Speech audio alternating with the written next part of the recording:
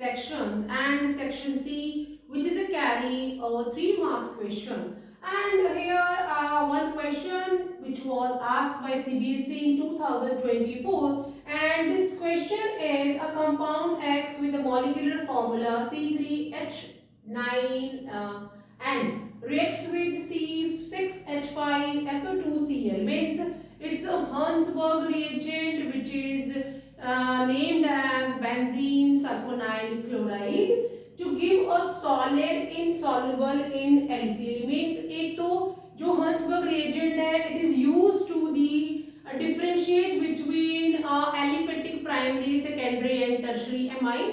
And if this जो भी हमारा amine है या जो भी ये हमारा कंपाउंड है, ये जब इसके साथ रिएक्ट कर रहा है, mean this is for the differentiation of primary, secondary and tertiary aliphatic amines, means for that sure ये अमाइन है क्योंकि ये इसके साथ रिएक्ट कर रहा है, और it will give you a solid insoluble. अगर ये एक रिएक्ट कर रहा है बट जो इनसॉल्युबल इन एल्कली दे रहा है, मींस ये डेट श्योर हमारा सेकेंडरी अमाइन है, क्योंकि जो प्राइमरी अमाइंस होती हैं वो जो प्रोडक्ट देता है with reacting with benzene sulfonyl chloride वो सॉल्युबल होता है एल्कली में. अगर ये सॉल्युबल नहीं है means this is a secondary, and अगर टर्शियरी होता तो रिएक्ट ही नहीं करता.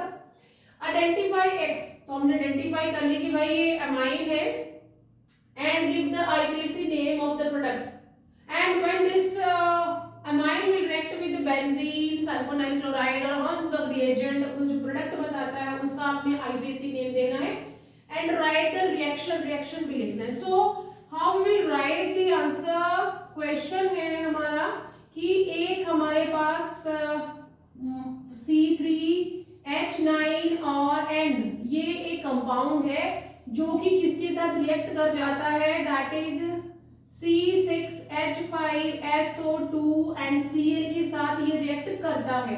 अगर ये करता है मींस ये डेड श्योर क्या है, एमाइन है.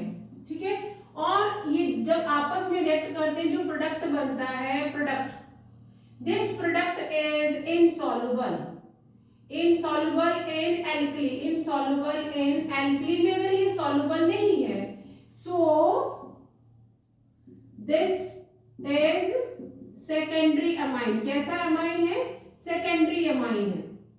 तो हम इसको सेकेंडरी अमाइन को किस तरह लिख सकते हैं, दैट इज CH3C, और मतलब जो N है ना, N के पास आपने एक ही H रखना है, बाकी आप देख लो 3 C है, एक C हम इधर लगा देंगे, H9 है, मैंने 3 इसको दे दिए, एक इसको 4 हो गए, 3 इधर दे दो तो 7 हो गए, 3 और 2 इसको दे दो, हो गए 9.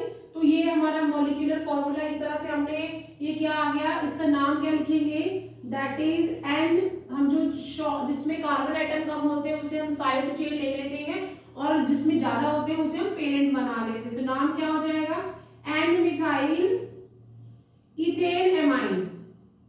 इथेन एमाइन इसका अपना नाम है जो एमाइन था, और सेकेंडरी एमाइन है. ये किसके साथ रिएक्ट कर रहा है, बेंजीन सल्फोनाइल क्लोराइड के साथ. तो यहाँ पे हम इसको C6H5SO2Cl के साथ रिएक्ट करवा देंगे, और ये क्या बन जाएगा, आप इसे इस तरह भी आगे जब इसको रिएक्शन करवा रहे हैं तो व्हाट वी आर गेटिंग, यहाँ पे इन दोनों के बीच में नेगेटिव, मोर नेगेटिव हमारा क्लोरीन है, और यहाँ पर भी हमारे पास ये मोर नेगेटिव है तो इधर आ जाएगा, और ये इसके पास आ जाएगा माइनस का साइन, ये हो जाएगा प्लस. तो यहाँ पे ये चीज यहाँ पे रिएक्ट कर जाएगी, और प्रोडक्ट क्या बनेगा, CH3CH2 N के साथ क्या आ जाएगा, दैट इज हमारे पास क्या आ गया, this is the one we got, that one, and साथ में यहाँ पे तो एज इट इज ही रहेगा. और अब इसके पास कोई हाइड्रोजन नहीं है, इसीलिए ये एल्कली के पास या एल्कली में रिएक्ट नहीं होता, because hydrogen, it is not acidic in nature, that is why it is not reacting with the base और एल्कली, और साथ में यहाँ पे HCl बन जाएगा. ठीक है, हमने इसका IUPAC नेम लिखना है. इसका IUPAC नेम क्या हो जाएगा, अब हमने इसको पेरेंट ले लेना है, तो तो नाम क्या हो जाएगा, दैट इज अल्फाबेटिकली ई पहले आता है और एम बाद में, तो नाम क्या हो जाएगा, एन इथाइल, एन मिथाइल, एक साइड मिथाइल है एक साइड इथाइल, अल्फाबेटिकली वो पहले आएगा, N ethyl, N methyl benzene sulphone amide, benzene sulphone amide. तो ये इसका आईपीएसी नेम हो गया। एंड क्वेश्चन मुझे क्या बोल रहा है, कंपाउंड ऐसा है, उसका मॉलिक्यूलर फॉर्मूला दिया हुआ है और वो इससे रिएक्ट करेगा। रिएक्शन हमने करवा दिया, प्रोडक्ट हमने बना दिया, ये प्रोडक्ट है, प्रोडक्ट का हमने नाम भी लिख दिया भाई, ये रहा वो प्रोडक्ट, ठीक है, ये प्रोडक्ट है। और क्योंकि due to the absence of hydrogen, इसमें हाइड्रोजन नहीं है, that is why it is not reacting with the alkene. और ये हमारा हिंसबर्ग रिएजेंट है, ये क्या है, हिंसबर्ग रिएजेंट। और इसको किसके लिए यूज करते हैं, it is just used, Hinsberg reagent है to differentiate between aliphatic primary secondary and tertiary. Tertiary amine होता तो रिएक्शन ही नहीं होता, प्राइमरी होता तो ये सॉल्युबल होता, सेकेंडरी अमाइन ही ऐसा प्रोडक्ट बनाता है जो कि एल्कीन में सॉल्युबल नहीं होता। तो 3 क्वेश्चन पूछे गए थे, एक नंबर आपको मिल जाएगा। एक आपने इसे आइडेंटिफाई करना था, वो हमने आइडेंटिफाई कर दिया कि ये सेकेंडरी अमाइन है, इसका नाम एन मिथाइल इथेन अमाइन है, यहाँ पे आपको 1 नंबर मिल जाएगा, ठीक है। दूसरा वो आपसे कह रहा है कि write the IPC name of the product, product ये बना, इसका नाम मैंने आपको बता दी किस तरह से लिखना, अल्फाबेटिकली आप साइड जो चेन है उनको देखिए, इथेन पहले आएगा, so N ethyl, N methyl benzene sulphone amide, 1 number आपको इसके लिए मिल जाएगा।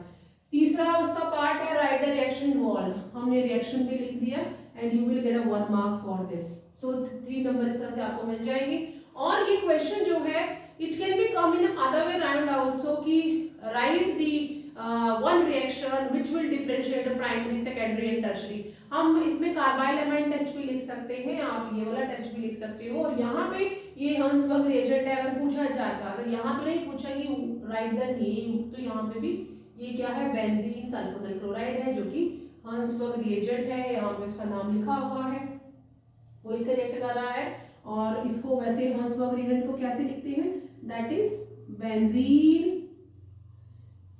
सल्फोनाइल क्लोराइड, ये रहा वो नाम उसका, सभी के नाम मैंने यहाँ लिख दिए हैं।